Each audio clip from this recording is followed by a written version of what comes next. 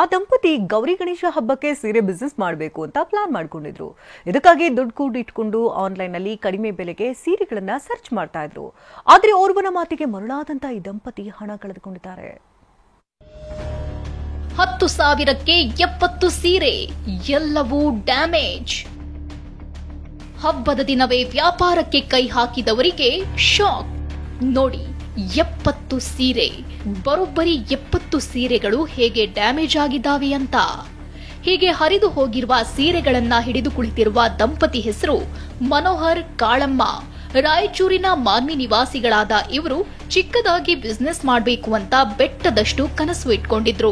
ಗೌರಿ ಗಣೇಶ ಹಬ್ಬದ ದಿನವೇ ಬಿಸ್ನೆಸ್ ಶುರು ಮಾಡಬೇಕೆಂದು ಆನ್ಲೈನ್ನಲ್ಲಿ ಕಡಿಮೆ ಬೆಲೆಯ ಸೀರೆಗಳನ್ನ ಹುಡುಕಾಡ್ತಿದ್ದಾಗ ಸೂರತ್ ಮೂಲದ ವ್ಯಕ್ತಿಯೋರ್ವ 100 ರೂಪಾಯಿಗೆ 3 ಸೀರೆ ಕೊಡೋದಾಗಿ ವಿಡಿಯೋ ಮಾಡಿ ಕಾಂಟ್ಯಾಕ್ಟ್ ನಂಬರ್ ಹಾಕಿದ್ದ. ಇದನ್ನ ನಂಬಿದ ಮನೋಹರ್ ಕರೆ ಮಾಡಿ ಮಾತನಾಡಿದ್ದಾರೆ. 100 ರೂಪಾಯಿಗೆ 3 ಸೀರೆಯ ಆಫರ್ ಬದಲು ಕ್ವಾಲಿಟಿ ಸೀರೆಗಳನ್ನ ಆಯ್ಕೆ ಮಾಡಿಕೊಂಡಿದ್ದಾರೆ. ಸುಮಾರು 10,000 ಕೊಟ್ಟು 70 ಸೀರೆಗಳನ್ನ ಆರ್ಡರ್ ಮಾಡಿದ್ದಾರೆ.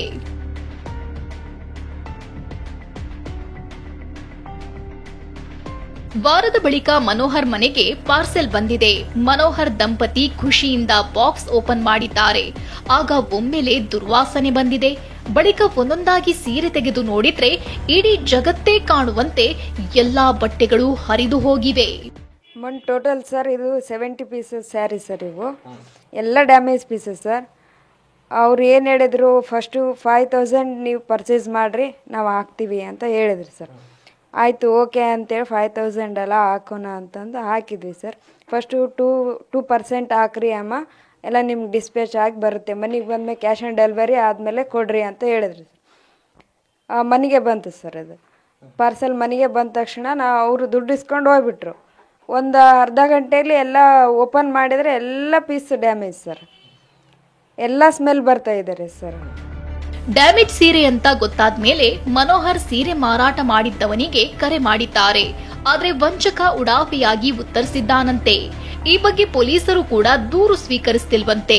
ನಾವೊಂದು ಸಣ್ಣ ಬಿಸ್ನೆಸ್ ಮಾಡ್ತಾ ಇದ್ವಿ. ಮನೆಗೂ ಅವರು ಏನೋ ವಿಶೇಷ ಒಂದು ಬಿಸ್ನೆಸ್ ಮಾಡೋಣ ಅಂತಂತೇಳಿ ಸ್ಯಾರಿದಾದರೆ ಬೆಸ್ಟು, ಮನೇಲಿ ಇಟ್ಕೊಂಡು 4 ಜನ ಕರೆದು ಮಾಡೋಣ ಅಂತೇಳಿ ಸಣ್ಣದಾಗಿ ಬಂಡವಾಳ ಇಟ್ಕೊಂಡು ಮಾಡೋಣ ಅಂತ ಸ್ಟಾರ್ಟ್ ಮಾಡಿದ್ವಿ. ಆದರೆ ಈ ಥರ ಬಂದ್ಬಿಡೋದಲ್ಲ, ಮನಸ್ಸು ಕುಗ್ಗಿಬಿಟ್ಟದ ನಮಗೆ. ಯಾಕಂದರೆ ಈ ಥರ ಮೋಸ ಮಾಡೋರು ಈ ಸೀರೆಗಳಲ್ಲಿ ಇದ್ದಾರಾ ಅಂತೇಳಿ ನಮಗೆ ಭಾಳ ಬೇಜಾರಾಗ್ತಾ ಇದೆ. ಜೀವನಕ್ಕೆ ಒಂದು ದಾರಿ ಮಾಡಿಕೊಳ್ಳೋಣ ಅಂತ ಬಿಸ್ನೆಸ್ ಶುರು ಮಾಡಿದ್ದ ದಂಪತಿಗೆ ಮಹಾ ಮೋಸವಾಗಿದೆ. ಪೊಲೀಸರು ಎಚ್ಚೆತ್ತು ಈ ಬಡ ಕುಟುಂಬಕ್ಕೆ ನ್ಯಾಯ ಕೊಡಿಸಬೇಕಿದೆ. ಭೀಮೇಶ್ ಪೂಜಾರ್, TV9 ರಾಯಚೂರು.